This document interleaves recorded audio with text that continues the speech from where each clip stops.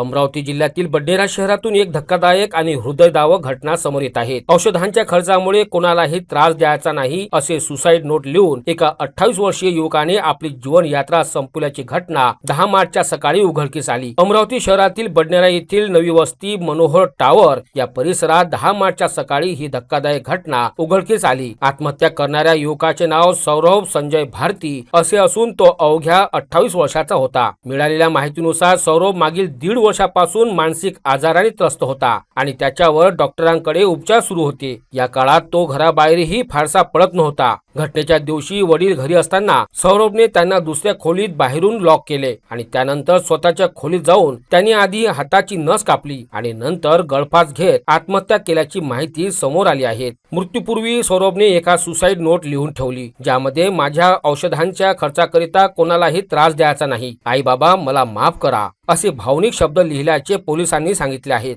जीवन संपवण्यापूर्वी त्याने स्वतःचा एक व्हिडिओ सुद्धा रेकॉर्ड केल्याची माहिती पोलिसांच्या माहितीनुसार समोर येत आहे। या प्रकरणाबाबत माहिती देताना बडनेरा पोलीस निरीक्षक चव्हाण यांनी सांगितले की पोलिसांनी घटनास्थळी पंचनामा करून मर्ग दाखल केला असून पुढील तपास सुरू आहे। दरम्यान या घटनेमुळे बडनेरा परिसरात हळहळ व्यक्त केली जात असून मानसिक आजाराबाबत समाजात अधिक जागरूकता आणि आधाराची गरज असल्याचेही बोलले जात आहे।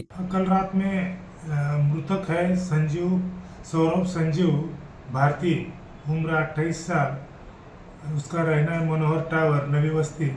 इसने कल रात आत्महत्या की थी, दरवाजा अंदर से बंद किया था। वो एक्चुअली 3-4 साल से उसको मनोरुग्ण की बीमारी थी, उसका औषध गोलियाँ चालू थी, उसको रात भर नींद नहीं आती थी, इसकी वजह से वो परेशान था। तो उसने सुसाइड नोट भी लिखा था, उसने एक वीडियो भी बनाया था, उसके पापा को भेजा था। उसमें लिखा था कि मैं सुसाइड कर रहा हूँ, मुझे माफ़ कर दो, मैं किसी को ज़्यादा तकलीफ नहीं देना चाहता। अशा प्रकारचे त्याने सुसाइड नोट लिहिले। हाताची नस कट केली होती आणि गळफास पण घेतला होता आणि त्याने अशा प्रकारे आत्महत्या केली होती। बडनेरा पोलीस स्टेशन 19/26 BNS 194 प्रमाणे प्रकरण दाखल असून त्याचा तपास आता सुरू आहे।